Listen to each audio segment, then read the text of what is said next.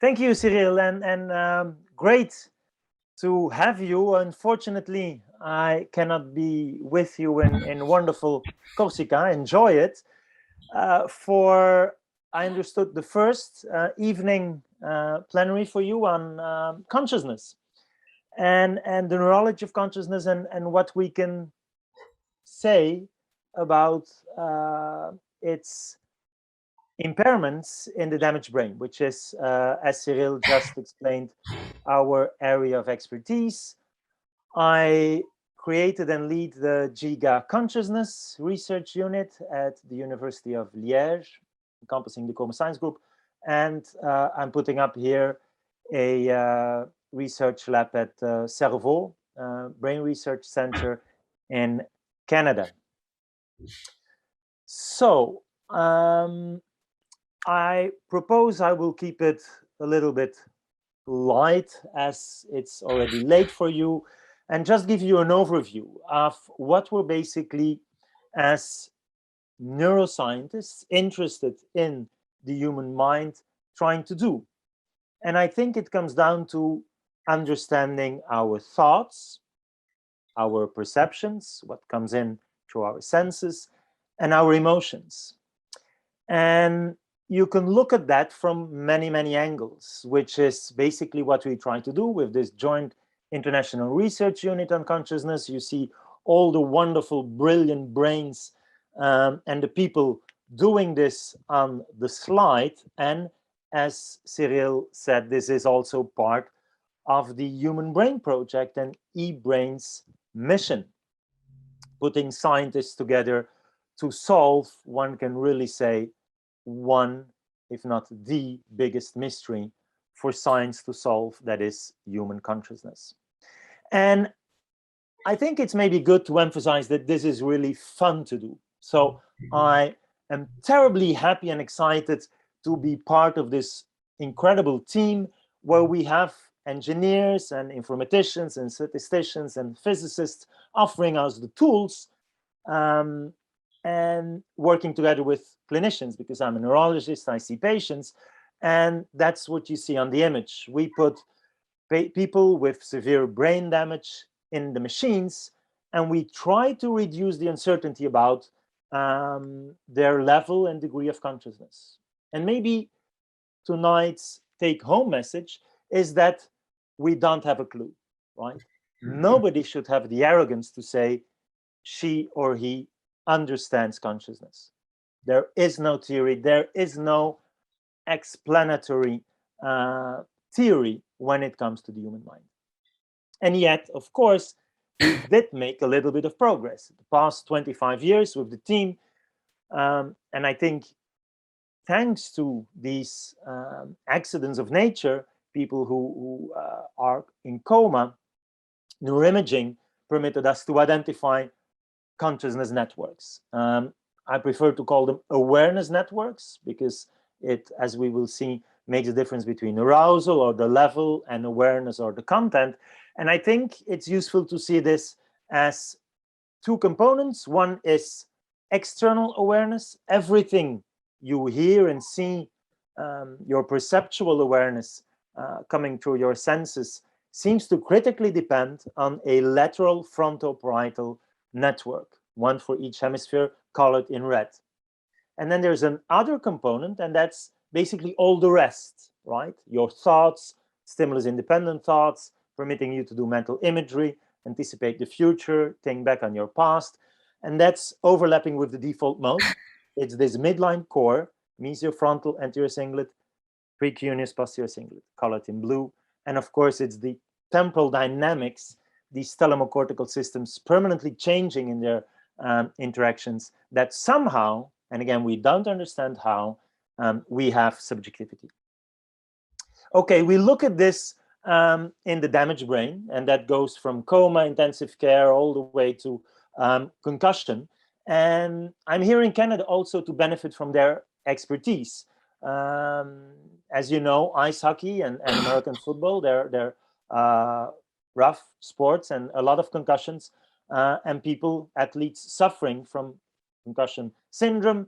And that's also what we do together with FIFA, soccer players, I see rugby players, together with the Olympics research reform platform.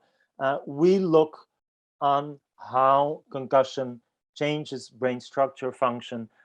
You see an image there of Delphine Persoon. She's the boxing champion, where we have MRI images, in this case the DTI, helping us to understand how the brain suffers, because of course it's not a good idea to receive hits on the brain. It's a fragile organ. You shake it, you break it, and again, neuroimaging technologies can help us to better take care of damages from traumatic origin. We also look at pharmacological coma. You see Professor Vincent Bonhomme, he's the head of anesthesiology, and he permits us to do incredible stuff where we give a lot of anesthetics and psychedelic drugs when people are in these machines, functional MRI, positive emission tomography, high density EEG coupled to TMS, and trying to disentangle how consciousness is lost and regained or altered when we give all of these drugs. And we'll see it's much more complicated than just an on-off switch. I think as a scientist, you should go where the big questions are, and where definitely we have a lot of ignorance is when it concerns life and death, and everything in between. We call near-death experiences. People who are in coma, who recover, and who tell us afterwards that they had this incredible feeling of well-being, out-of-body experiences, seeing the light. And there's a lot of interest from the media, Hollywood movies, and not enough science. So that's what we try to change. Charlotte Martial is leading that. And we have now hundreds of people who had these experiences, and where we try again to use objective measures and try to reduce the uncertainty when it comes to understanding people who are dying or are close to death. And I think it's very, very challenging, because basically we're talking about something we never experienced. Maybe some of you had a near-death experience. In that case, please share it. But it's, again, an invitation not to become too arrogant, and to appreciate the difference between knowledge and experience. I can know a lot about the brain, and imagine even I would understand everything, let's say about color vision. But I myself, as a neuroscientist, would see the world in black and white. The day I would see color, I think it would make a difference. So having the experience, I think, for us scientists, who we believe make objective measures, well, science is done by scientists, by human beings, and I think how we experience, how we feel, and think about these notions makes a difference. So that's also why I try to be a guinea pig in all of my experiments. You see me here laying on my back in one of the syncope experiments, where we have people faint, and I was also given psilocybin, magic mushrooms, in an fMRI machine. And I think it really matters to, as a scientist, go and appreciate your subject, even if it can be very challenging. The same for hypnosis. We have, for the past 25 years, been studying this subject in a medical context. We have over 10,000 patients who had surgery, including myself, where, you know, normally you would be knocked out, made unconscious by anesthetics, but for some interventions, you can actually stay awake. And you're just, in our case, invited to think about pleasure autobiographic memories. And neuroimaging has permitted us to see those changes in external internal awareness network when you are in this condition. We also work a lot together with companies, and that permits, in this case, to offer hypnosis through virtual reality goggles, making it simpler and accessing way more patients than if you need to train each and every anesthetic. We also have been studying cognitive trance. You know, shamanic trance in Mongolia, in a lot of cultures with repeated music, drums can also alter your state of consciousness. There's a famous French lady, Corinne Sombrin, who wrote a book about her own experiences. It was made into a movie, and it permitted us to study again this very challenging but interesting notion of cognitive trance, the work of Olivia Gossery, and the paper you can find back published last year, where we did EEG, EGTMS, when people are in this trance, where you again are, just like in hypnosis, absorbed in your internal world and experience, dissociated from your environment, and that, of course, in a physiological, non-pharmacologically induced state. We work a lot with, I would say, athletes of the mind. This is my friend Alain Altienoglu. He's the director of the Brussels Opera, and he came to the lab very interested in what's happening in his own mind when he's composing, when he's directing his music. His favorite piece is Corollian from Beethoven, where we studied him again in the machines. And you see here the result. It's EEG connectivity, high density. So the threads are the connections. The more threads, the more connections, the more red, the more active. And of course, music is very powerful. We also use it in coma patients, and we've published that it can increase functional connectivity. It's very attention grabbing. It touches us emotionally. And so when you listen to music, it's like a very important increase in connectivity. But what we saw here is that when he was actually silent and just imagining the music, there was even more brain activity. You see really the firework in this high density EEG connectivity study. So again, an illustration of the power of the mind and how we can better quantify it, which is then something we try to apply when we were contacted by the management school in Liège, who were trying to understand, well, what makes an entrepreneur tick? What's the entrepreneur's mind? And there's a couple of hypotheses regarding cognitive flexibility, how some people make it in business and others not. And so we've been studying many CEOs, including, because, you know, in Belgium, we're very good in making chocolate. So this is the CEO of Galère chocolate, and he and many other CEOs were studied, and this is the work by Fred Ohms that is part of his PhD. So if you're interested, please let us know. We now also study the entrepreneurs here in Quebec. So having these wonderful people permits us to make wonderful and exceptional observations. Another example is the study by Jitka Annen, you see here, previous student of you, by the way, from Amsterdam, and she's been studying the brain of world champion apnea diving, Guillaume Néry. He's the only human being who went down to minus 139 meters. He came to the lab, and we were able to study him in fMRI, and as you can see with high density EEG, when he was holding his breath for 7-8 minutes. She published the results, I think this month, if you're interested. Actually, what we saw is that his mind kind of goes into a meditative state when he is in apnea, which is also what we saw in the astronauts. We have the opportunity to work with European Space Agency, many years now, a couple of papers, you see them there. And we have people like Thomas Pesquet, who's up there right now.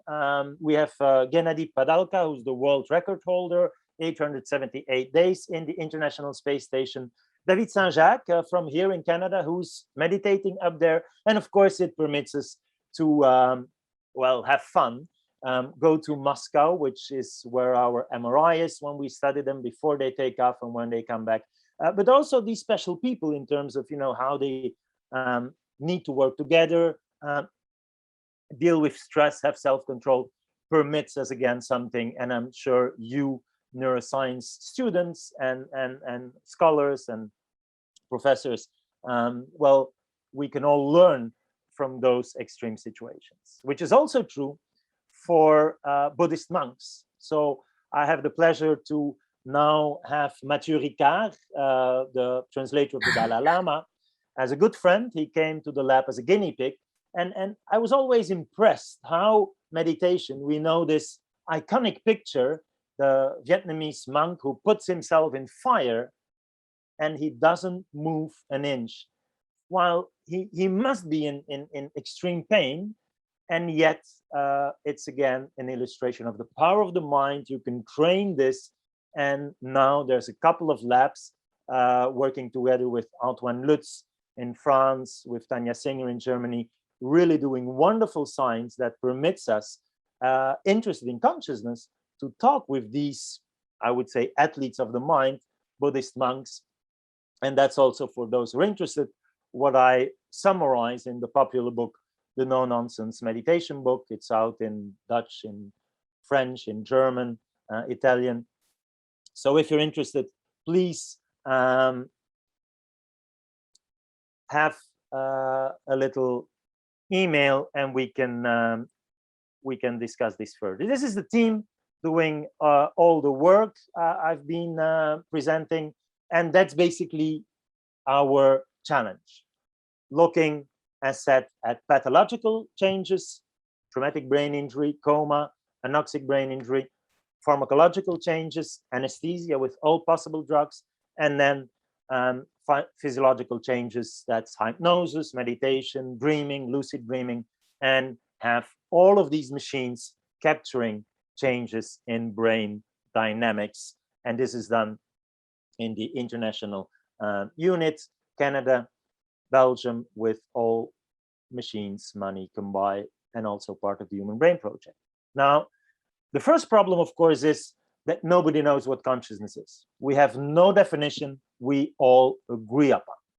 As a neurologist, I'm supposed to know what I mean when I say the patient is unconscious. So how do we do that?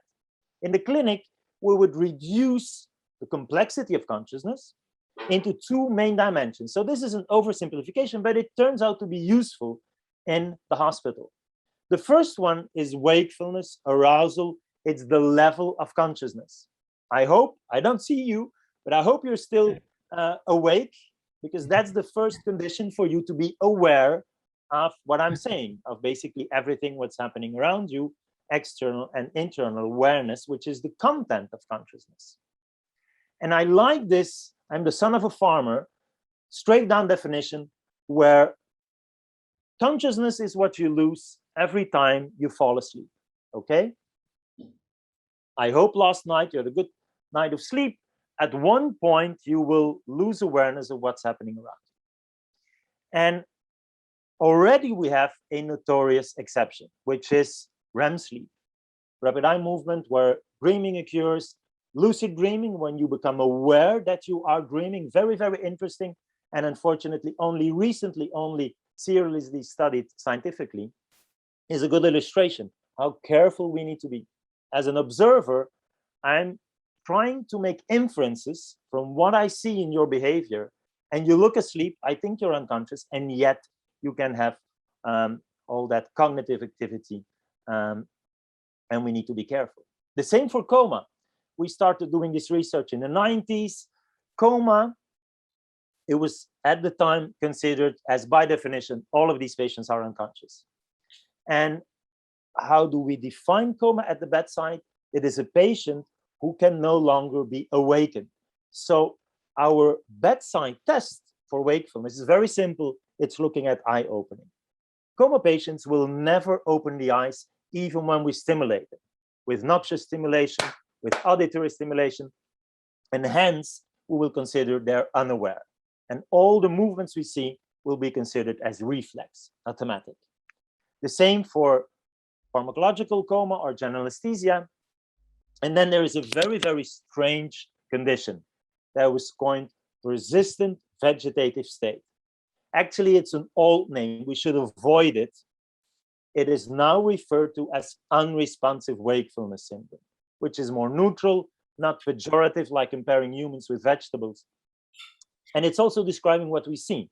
These patients after coma who survive, who awaken, meaning they open the eyes, but remain unresponsive, meaning they don't respond to command, because that is our clinical test for awareness. It's very, very simple, ridiculously simple. It's the same as my colleagues used in ancient Egypt. If I want to make sure you're aware, let's take Cyril. I don't see him. You will tell me. I will ask the question, is Cyril conscious? Okay? No. At least he's a little bit self-conscious that he knows that. We will first check whether he has the eyes wide open. Okay? That looks good. So he's awake. But maybe he's in unresponsive wakefulness syndrome, right? So for him to pass the awareness test, we will ask him, Cyril, raise your left arm. Can you do that? Wonderful, wonderful. He's listening to me for a change. So this is proof that Cyril is aware of his environment, and he passed the clinical awareness test. Of course, if I would ask the question, I could be a zombie, right? You could be a zombie, which is pointing to this philosophical proposition. Very, very challenging, right? So Cyril could just pretend to be conscious, right? He's talking, he's moving, but actually he's doing all of that without having conscious awareness. Very, very difficult to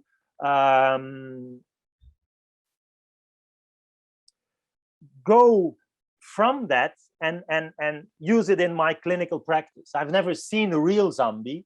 If I see someone who looks like a human and interacts and moves and responds, he very probably is a conscious human. But indeed, philosophers would say, well, maybe, and that's the famous zombie argument, you can have all of that and yet be unconscious.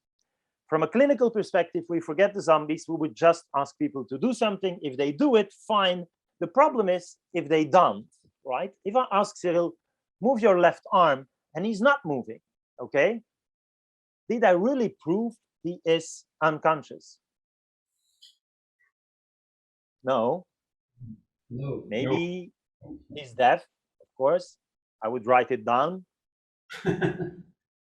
There's many other reasons why Cyril, if I would examine him in intensive care or emergency, and he would not answer simple commands, that I would maybe get it wrong when I make inferences from behavior when it comes to consciousness.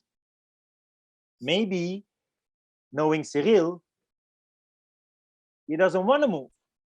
Okay? Yeah, I remember a lady I examined many, many times intensive care, and she came to me afterwards, some consultation, and she told me, Dr. Laureys, I remember you asking me, squeeze my hand, do this, do that, but I saw no reason why.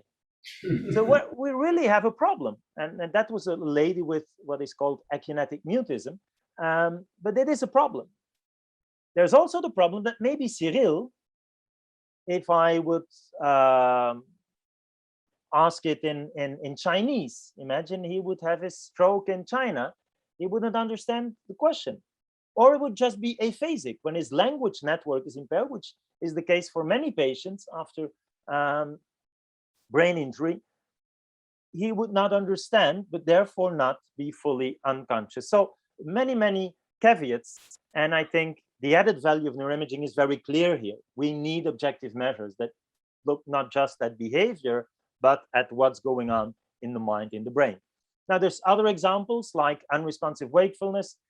In epilepsy, we have absence seizures, where people are just a couple of seconds off, or complex partial seizures, where you can also have automatic behavior. People can drive their bike or car, actually also cause an accident or commit murder when having these seizures. A very, very challenging situation for clinicians and legal scholars. Were they aware? Were they also responsible for their acts? Sleepwalking, during slow wave sleep, you just start to walk. But again, despite all those signs of motor activity, there is no passing of the awareness test, no response to command. And then, and only in 2000, we defined minimally conscious state, maybe we should say minimally responsive state, where people do sometimes answer to simple commands, but we can't communicate with them. So this is what we call minimally conscious state plus. I would ask Cyril, move your hand. He would do it. It's in a reproducible manner to be observed, but we can't make this into a code. I can't say, Cyril, if you want to say yes, move your left arm. If you want to say no, your another movement.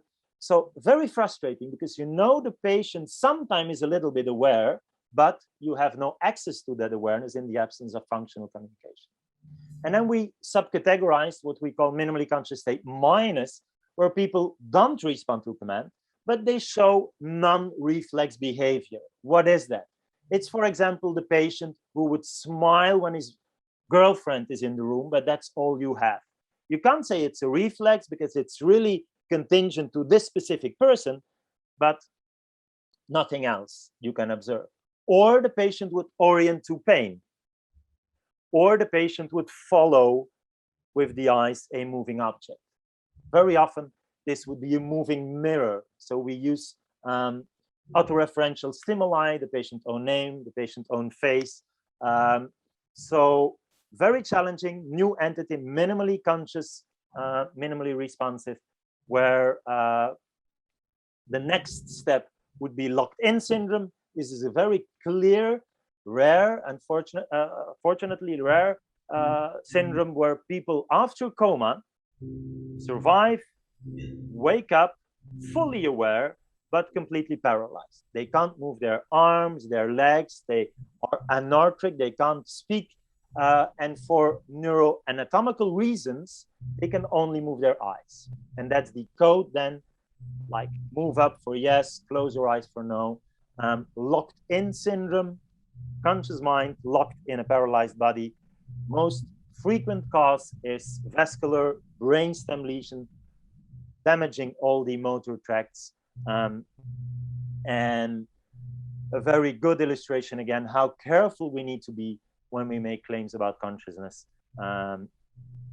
in the hospital. So classically, we would have this positive correlation, right? When wakefulness goes down, so does awareness. And I would now propose that we would again reduce awareness into two dimensions.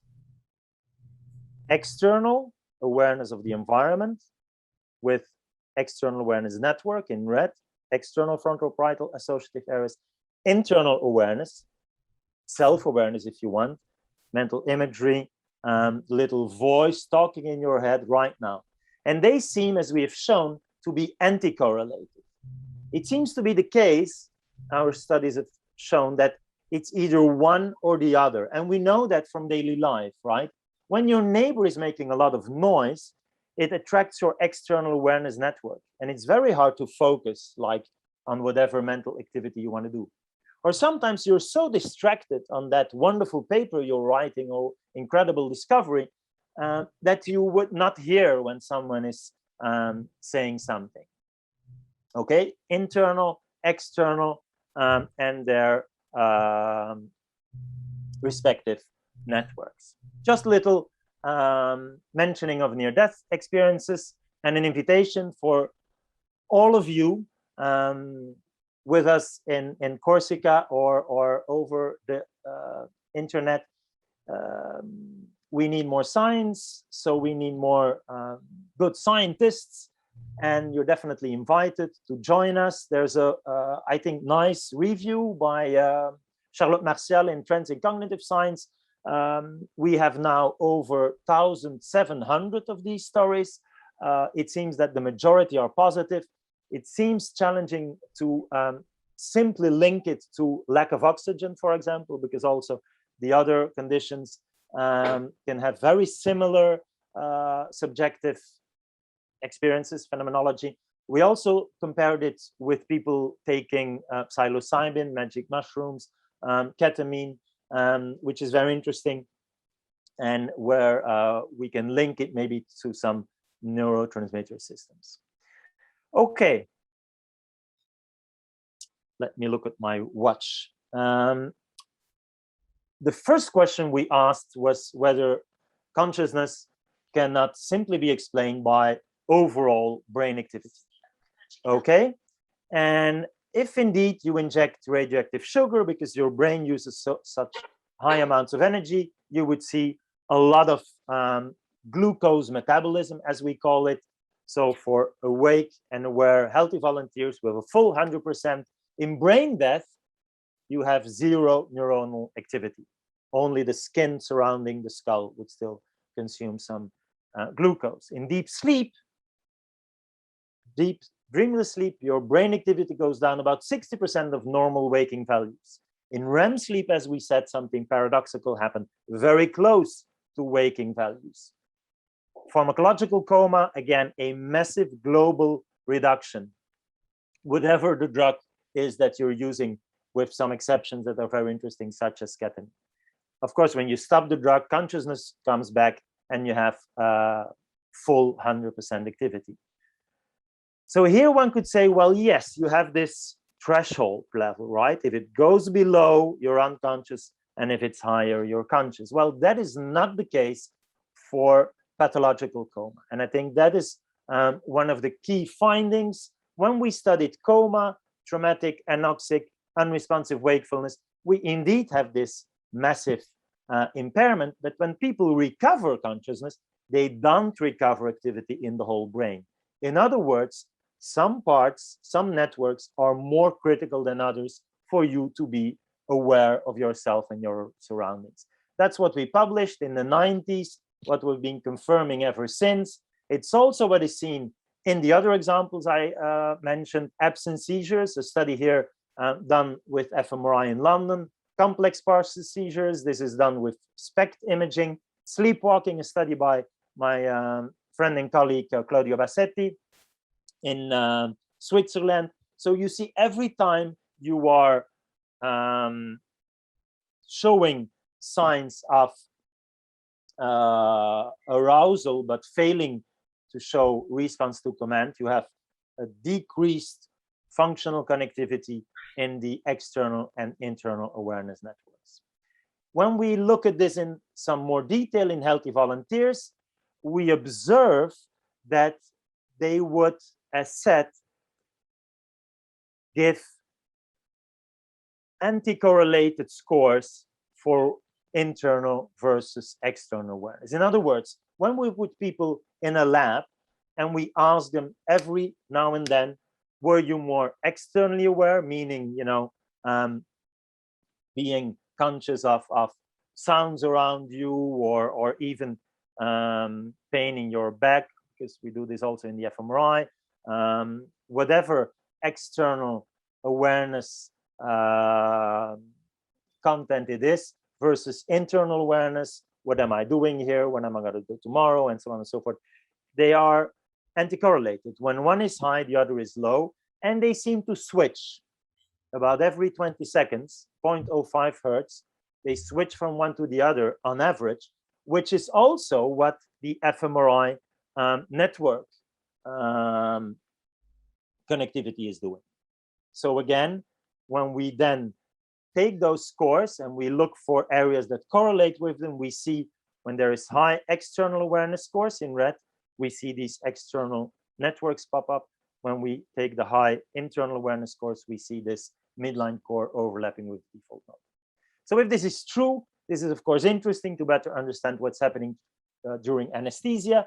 We also have something called awareness during anesthesia, where we think the patient is unconscious, but in reality, he is fully aware of what's happening. Then we use the isolated forearm technique. We've been publishing a number of case reports there. Basically, what we see when you are truly in pharmacological unconsciousness, that there is this breakdown of connectivity. You see wake, mild sedation, unresponsiveness, recovery, and the whole internal and external awareness networks would go down. So I think we should stop looking at the sensory areas when we look for consciousness. They're important, they're necessary, but not sufficient. And of course, there's a lot of interaction. They can be increased by top-down feedback, but we do appreciate, for example, in anesthesia, that there's still functional connectivity in visual areas, in auditory areas. So for me, they're the slave systems, necessary but not sufficient. For you to truly appreciate what I'm saying, you need that external awareness network. And the same we see in hypnosis when we compare normal wakefulness with distraction, with hypnosis, where we see absorption, dissociation, and less external awareness. With the fMRI data, we see a breakdown of external awareness connectivity.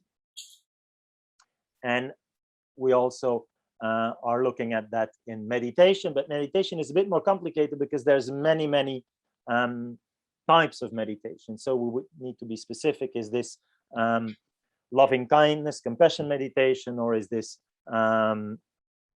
focused attention, breathing meditation, or is this mantra meditation? So there are some specifics there we can discuss later.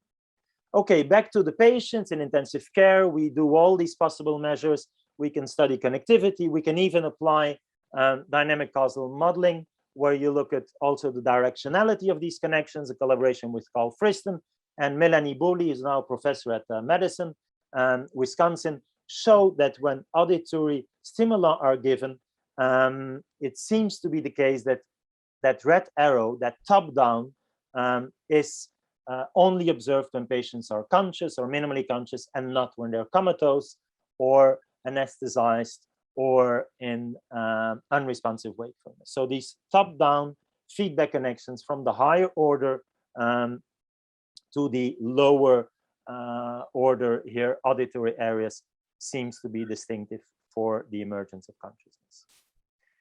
Something that I think deserves more attention also are these ultradian rhythms, where our awareness is not the whole day fully at the same intensity. It would fluctuate.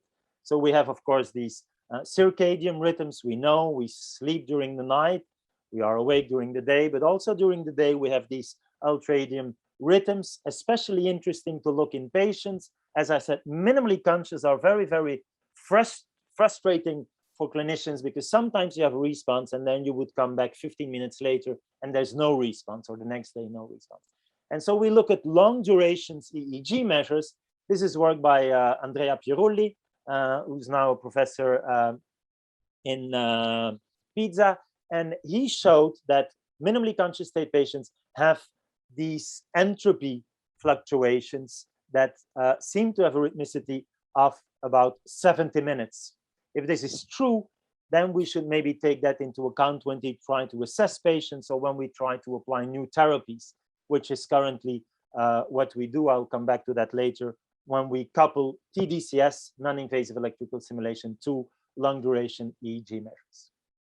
We can also combine EEG with TMS. This is, of course, a big project within the Human Brain Project, and our colleagues from Milano, Marcello Massimini, who developed this TMS EEG test into what we call perturbational complexity index. He showed it is decreased in sleep, and then we studied our coma patients. We cross-validated with anesthetics, and yes, you can stimulate the brain with stereotactic TMS, measure simultaneously the EEG, and then that perturbation you induce in the EEG, you can quantify it with, there's different ways to do it, but here we propose a very simple measure from 0 to 1, and if it's below 0.3, it turns out the brain lacks the capacity to generate consciousness, which is very interesting, and is now part of our clinical assessments.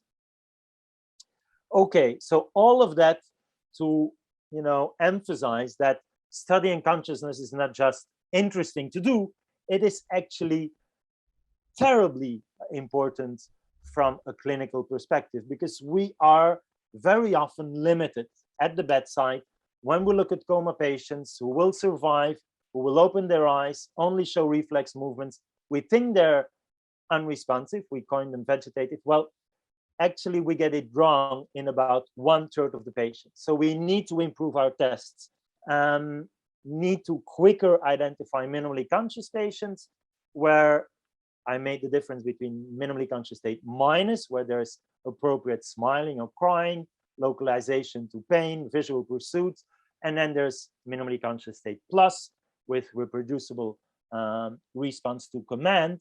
And our neuroimaging tests have shown that these two, MCS plus and MCS minus, have different functional brain activity, with, as you see, more left dominant brain damage. The blue areas are the dysmetabolic areas as studied with PET in MCS minus, and that encompasses the language network. And that is a very important. We started with the question, is Cyril conscious? Maybe he's aphasic. Well, yes, we have a lot of patients who fail our test simply because they don't understand language. But that doesn't mean they can't appreciate music, they can't feel pain. And so we really need to be very, very attentive to that. And then, of course, the next is the recovery of functional communication. So as I said, a big problem with a diagnostic error rate of 30 to 40%. We've published it over and over again. And also the need, of course, to have the highest standards in terms of consciousness scales. We developed a easy, quick scale, which is the seconds for any clinicians who are confronted with these people. And as I mentioned, you should use a mirror. We see here Audrey from our team using a mirror and trying to see if the patient is following with the eyes. We also work with the industry to have these infrared cameras that can actually detect automatically whether patients do or do not follow with the eyes. Okay, if all of this is true, we will then translate this knowledge about internal and external awareness networks into clinical practice. And that's what we do. A couple of papers here where you see resting state fMRI and artificial intelligence classifiers, part of the Human Brain Project, and our colleagues, for example, Gustavo Deco, where we look from large databases and then we apply it at the single subject level. We also understood we should not just focus on impaired connectivity. So historically, when we talk about coma or brain damage, we look at what's impaired, what is less connected or less active. And Carol DePerry, who's now a professor at Edinburgh and did her postdoc and PhD with us, looked at just the opposite. Are there no areas in the brain that are maybe hyperconnected, that show what she called pathological hyperconnectivity? And that turns out to be the case. And it turns out when she combined functional MRI with positron emission tomography, that those areas that showed abnormally high connectivity after coma are the ones that show very low brain metabolism. And so, together with the team working on therapy, we were thinking maybe we shouldn't just have the idea to stimulate some networks. Maybe some networks should be inhibited because they do damage to the brain. And that is currently also a big part of our research. Then we can use these machines to communicate with patients. So we worked together for many years with the Cambridge team, Adrian Owen, now also here in Canada. We developed the tennis paradigm. We ask people to, again, do something. You remember I asked Cyril, move your hand. Well, I can put him in our fMRI scanner and just ask him to imagine to move his hand. What we did is we asked him to imagine playing tennis. We see motor areas that activate. We tried many, many different tasks. The other one that was very useful for us was imagining to walk around in your house. It would activate parahippocampal areas, and then the computer classifies. And the first patient actually who could communicate through this fMRI paradigm was in our lab in Belgium. He came in with the diagnosis vegetative, put him in the machine. He showed activation, a young patient with traumatic brain injury. And then we ask questions and we can read. He's saying yes, he's saying no. So it's a proof of principle. But it's very, very difficult to do. That's why we work with EEG, which is way easier. You see here a picture of us in intensive care, measuring brain activity while asking questions, the collaboration with GTech, who offers the Mind Beagle, and who is trying to do that in a routine basis. Okay, diagnostic challenges, are they conscious or not? Prognostic challenges, will they recover consciousness or not? A Lancet paper from a couple of years ago now that reviewed all the people who came from all over Europe to our lab. It turns out in about 1/3, 32%, even the best clinical assessments, repeated clinical assessments, missed signs of consciousness when we look at the PET or the active fMRI data. So yes, I think we need to be careful. We need to continue to collaborate and to develop these tests and to translate them to as widespread clinical use as possible.